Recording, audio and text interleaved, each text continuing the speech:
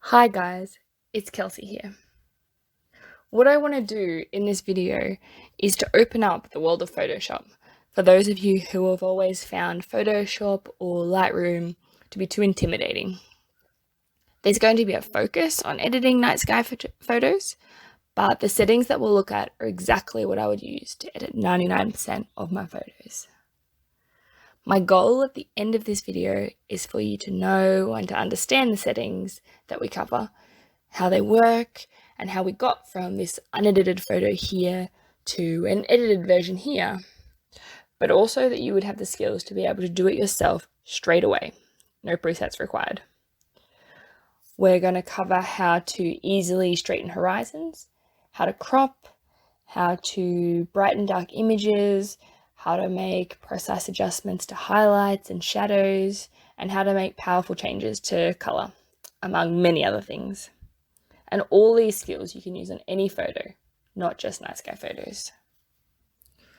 So when we open up a raw file in Photoshop or in Lightroom, where the layout of the develop screen is very similar, this screen will automatically open.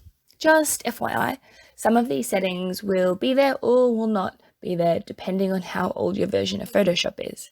This is a 2019 version.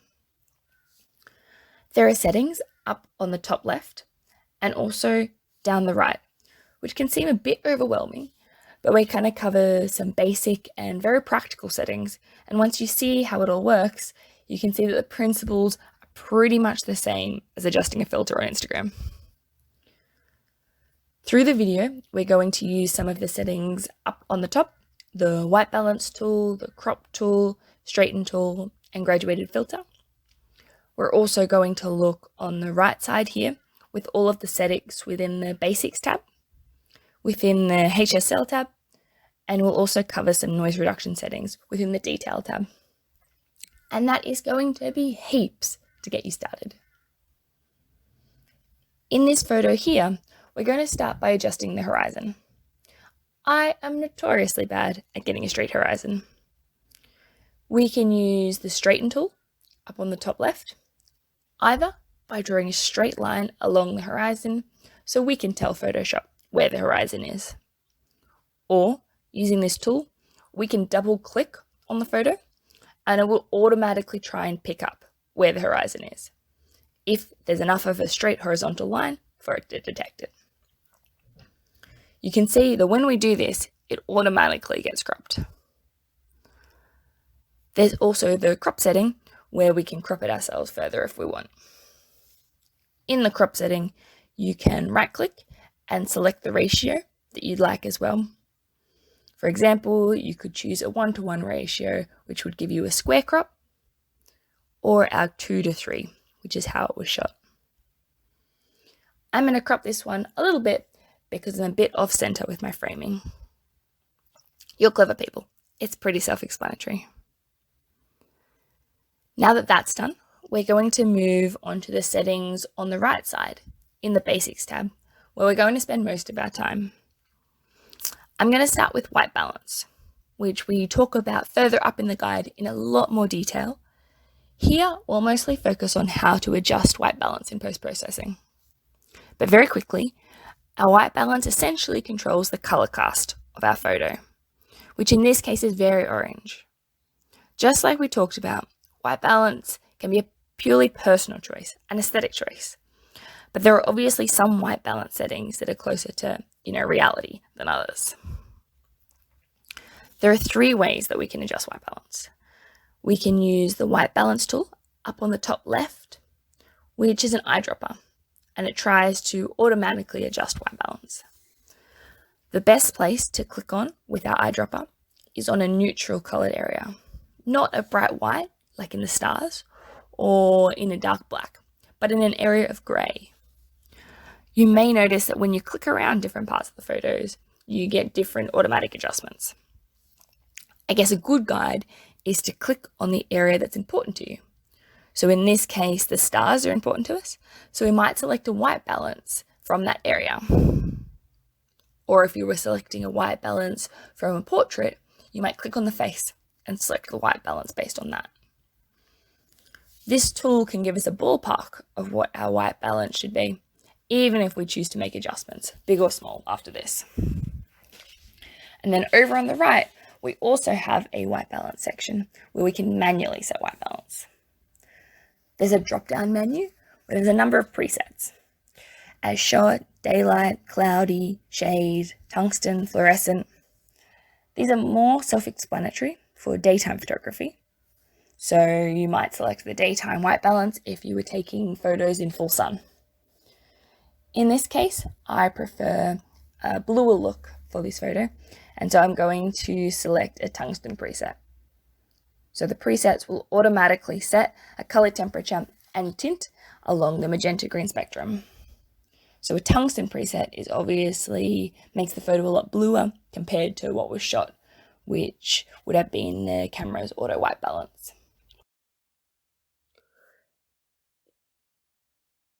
We can also use the slider to either set the white balance and tint, or to make minor adjustments after we've set the white balance using the auto white balance tool or the presets. By moving the slider to the left, we add a blue cast to the image, and moving the slider to the right, we add an orange cast. I'm just going to switch photos for the sake of explanation, and we're going to cover a very small amount of theory before we jump back into the settings. Up on the top right, we have a histogram. Hopefully you know what this is, because you've read my ultimate guide to perfect exposure for absolute beginners, where we cover this in depth. But here's a little recap. Our histogram is like a picture representation of all of the tones in our photo. It's like we converted our photo into black and white, printed it out, and then cut it up into pixel-sized pieces, which we then put in a graph. On the far left of our histogram box, we stacked up all of our pure black pixels, and on the far right, we stacked up all of our pure white pixels. And then in between, we stacked all of our shades of grey. On the right side, we stacked our lighter shades of grey, and on the left side, we stacked our darker shades of grey. And these stacks of pixels make up our histogram. So when we have peaks in our histogram, like we do here on the right side, it tells us that we have a greater representation of brighter pixels in our photo, which is definitely true in our photo of a white sandy beach. So in a nighttime photograph, we might have our peak over towards the left side of the graph because we're shooting things in the dark. There's no, in quotes, correct histogram that you're aiming for. You might read about normal or correct histograms with a peak in the center, but if you think about taking photos in the dark, it's natural for our histogram to be more towards the left side of the box, which indicates that there are more dark pixels than light pixels, which again is normal because it's dark outside. So how do we know where to adjust our exposure to then? Well, the brightness or the darkness of our photos can be purely an artistic choice, and you can select your exposure based purely on how you like the photo to look when you toggle through the sliders. But there are also some guidelines that we can use. When our pixels are pure black or pure white, they have no detail in them. So we often, but not always, try to avoid too many pure white or pure black pixels in our photo. We can check this using our histogram and looking for large peaks right on the edge on the left or on the right. But Lightroom and Photoshop also have the option of using the highlight and shadow clipping warnings. You can turn them on by clicking on this button, but also by holding down the Alt key. In this case, we can see that these little red spots have shown up in the middle, which tells us that our highlights there are overexposed and there's no details left in them. In this case here, I don't think it's a big deal because there's not much of it and it's not in a particularly important part of the photo. So let's apply this talk of histograms to our editing. We've got our sliders of exposure, whites, highlights, blacks, and shadows. And all of these sliders deal with tone within our histograms. They're pretty intuitively named, and they've got a dark end and a light end to the bar. So you don't have to remember which end does what, you just have to move the slider however you want. My recommendation for all of these sliders is to simply slide them from extreme on the left to the other extreme on the right, and to see what they do and to see what you like. You don't need to immediately understand how all of the sliders fit together. Just go through them one by one and pick each slider as you like the result. When we're using the exposure slider, we adjust the tones of the entire photo to be darker or lighter. This can be good if the entire photo is too dark or too light. So we adjust our exposure slider to the right, we lighten our entire photo, and our histogram shifts to the right side of the box. Whereas if we move our exposure slider to the left, our entire photo darkens and our histogram shifts to the left side of the box. Magic, right? Well, kind of. The problem with doing it like this is that by increasing the exposure in post-processing, like we might be trying to do to lighten a too dark photo of the night sky, is that by increasing our exposure in post-processing, we increase the noise or the graininess of a photo, just like we do when we increase our ISO on our camera. So it's ideal to have our exposure how we want it in camera, rather than increasing our exposure too dramatically using these settings.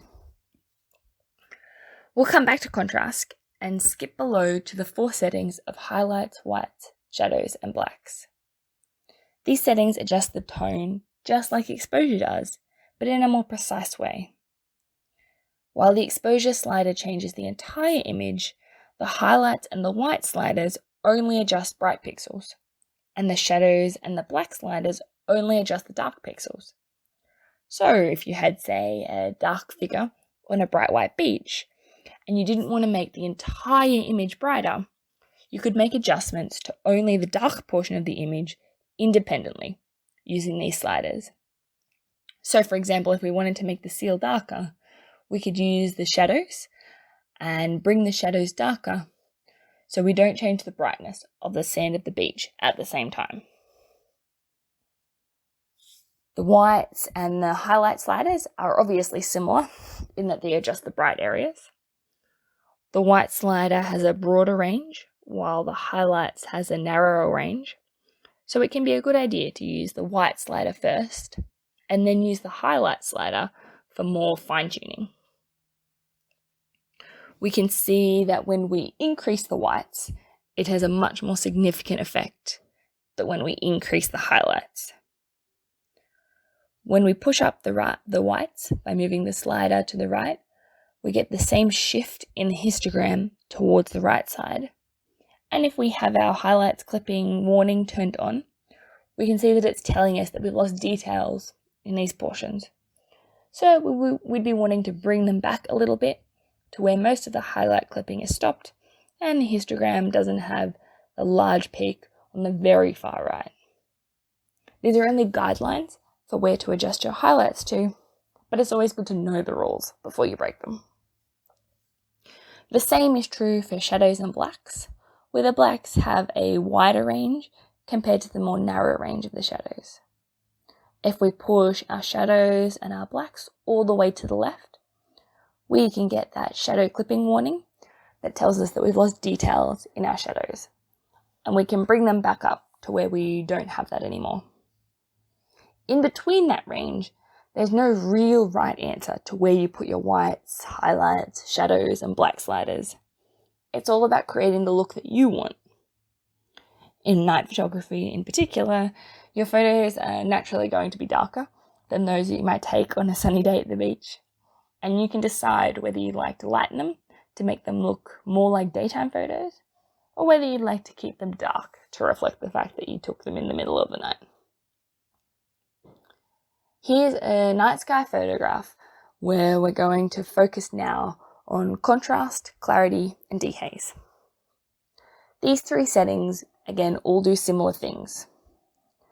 Contrast is the difference between the shadows and the whites. So if we had a very high contrast image, the shadows would be darker and the whites would be brighter. compared to if we had a very low contrast image where the shadows would be lighter and the whites would be darker. When we adjust the contrast, we can see that a low contrast image is a bit more muted with less difference between the light and the dark, compared to a high contrast image where we have a greater difference between light and dark, and it gives a bit more of a pop to the photo. The contrast slider, just like the exposure slider, works on the entire image. The difference with the clarity slider then is that the clarity slider doesn't add contrast to the entire image, just to the midtones. So by increasing clarity, we can make details look sharp and textured, compared to a low clarity image where we lose that texture and that detail. And I guess it's quite nice. We get a bit of a dream-like appearance to the night sky. I love the clarity setting, and it works really well for night sky photography. It's not as good for things like portraits, where it can emphasize details on faces like wrinkles, and where a softer appearance from a lower clarity setting can give more of a glow. I guess it depends how much you like the person. Dehaze is another setting that also kind of deals with contrast. But dehaze is a more sophisticated tool that's function is to remove any haze that's present in a photo. It works on the magic of the universe, or possibly just a complicated algorithm, whatever. So with dehaze, contrast is only added in areas that the algorithm deems hazy, and not to areas that are clear. Of course, you don't have to only use it if you have haze in your photo. The overall tendency is for it to add significant contrast, compared to a low dehaze setting, which makes it cloudy looking and bright. So to recap, we've got our 3 settings affecting the intensity of contrast. The contrast slider, which affects the contrast in the whole image. The clarity slider, which affects contrast in the midtones and is slightly less dramatic. And the dehaze slider, which adds contrast according to an algorithm in areas which it believes to be hazy.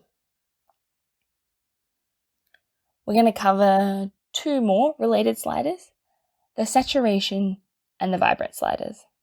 I'm going to switch photos, but we'll come back to this one. So saturation works on increasing the saturation, obviously, like the intensity of all the colors in the entire photo. Vibrance does a very similar thing, but more subtly. The vibrant slider is a bit more sophisticated again, and preferentially increases the intensity of muted colors while not adjusting already very saturated colors. It also doesn't increase the oranges as much, trying to avoid creating unnatural skin tones. In things like portraiture, it's pretty important to have a little restraint, as hard as it is to resist the impulse to just bump it up to 100. But this is no photography. Do what you like. Go wild. So when we turn up saturation and vibrance, we get very strong, vivid colors. And if we turn it up high enough, they can become unnaturally vivid. When we turn down our vibrance and our saturation, our colors become more muted and faded for a softer look, and eventually we have no color left. So now we've covered the Basics tab, and we're going to move into the HSL tab. HSL stands for Hue, Saturation, and Luminance, which are all qualities of color. It's a very powerful tab for making precise adjustments to color. So we can see all the different sliders for different colors, like red, orange, yellow, green, aqua, blue, purple, magenta. So while the saturation and the vibrant sliders are very effective at adjusting all of the colors in the image, it's in the HSL Adjustments tab that we can adjust the colors independently. Within this HSL tab, we have 3 sections: Hue, Saturation, and Luminance. To help us understand what saturation and hue mean, we can think about it like pouring a glass of red cordial. As we increase the amount of cordial in the cup, the cordial gets stronger and redder. and it has a higher saturation compared to if we had a weaker cordial. Whereas hue refers to the actual color. So changing the hue of the red cordial wouldn't affect the strength of the color, it would change the actual color. So maybe instead of a very strong red cordial, we have a very strong green cordial. There are other ways, apart from this HSL tab within Photoshop, to make very dramatic changes to color, like moving reds to greens. But within the hue slider, the color changes possible are less dramatic, more like changing red to pink or red to orange. Luminance goes back to our talk about brightness and darkness. So using this tab, we can make certain colors brighter or darker, rather than the whole image, like in exposure, or only the dark areas, like using the blacks or shadow sliders. Using the luminance sliders, we adjust the brightness or the darkness of individual colors. So in this case here, we could adjust the luminance of the blues, making only the blues lighter and darker.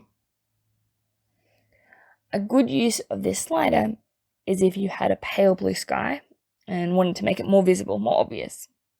You could decrease the luminance of the blues and make only the blues darker. Play around with each slider, moving it to the extremes of the left and the right, and see what it does to your photo. If that particular color isn't in your photo, adjusting the slider won't have a visible effect. That's it for the HSL tab. We're going to move into the Detail tab for a look at noise reduction settings. We're working on photos of the night sky, which the vast majority of which are going to have been taken at quite a high ISO, and thus have a fair bit of noise or grain to them. So there's a tendency when you discover the noise reduction settings to just turn it up all the way, which very significantly reduces the grain in your photo by smoothing it out. What you want to do is to be careful that in smoothing out the noise, you don't lose all sense of sharpness in your photo, especially if you have an area of foreground interest. You're never going to be able to make a photo taken at ISO 6400 look like one that you took at ISO 100. Your aim isn't to remove all of the noise in an image, as noise reduction always comes at the expense of losing detail. As Photoshop will tell you, for a more accurate view of what you're doing, you want to zoom in to at least 100%, and in that zoomed view, you want to be able to see a portion of your foreground. Within the noise reduction settings, there are two main sections: luminance noise and color noise. Luminance noise deals with the black, white, and grey speckles, while color noise deals with the color speckles. Simply move the sliders to the right and they'll reduce noise, keeping an eye on what you're doing to the sharpness of your details or foreground. As you can see, when we turn up the luminance slider very high, we lose a lot of the noise in the sky, but we also lose a lot of detail in the mountains. We can turn them both up all the way, and we remove almost all of the noise in the sky, but our mountains are unpleasantly blurry. This is why we need to use these sliders zoomed in. When we're zoomed out, everything looks pretty okay, but when we zoom in, it's when the loss of detail is very obvious. We need a compromise, so I'm going to bring the luminance in particular back down to around 30. Our last setting is the graduated filter up the top. To do that, we're going to switch back to a photo of the stars, which I've already edited before, so I kind of know the settings that I want to apply, but I'll show you. I feel like this photo is a little dark, and also the Milky Way sits in the white section of our histogram, so I'd like to lighten the photo and to emphasize the Milky Way. So I'm going to turn up the whites. I'm also going to turn up the dehaze to increase the contrast, and the vibrance to increase the saturation of our colors. I think the blues are a little too intense for me, so I'm going to go to the HSL tab and decrease the saturation of the blues. I'm also going to put a little vignette on just to bring focus to the center. And that's it. This is a very easy edit of a night sky photograph. So back to the graduated filter. The graduated filter setting is like a digital version of a physical neutral density graduated filter that you might use as you were shooting to balance the very bright sky with a darker ground.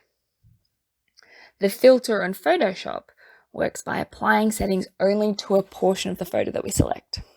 So in this case, we're going to select the sky. We drag down our graduated filter with the green dot indicating where the filter starts, and then the red to where it will fade to nothing. We can see by turning on the mask how that works.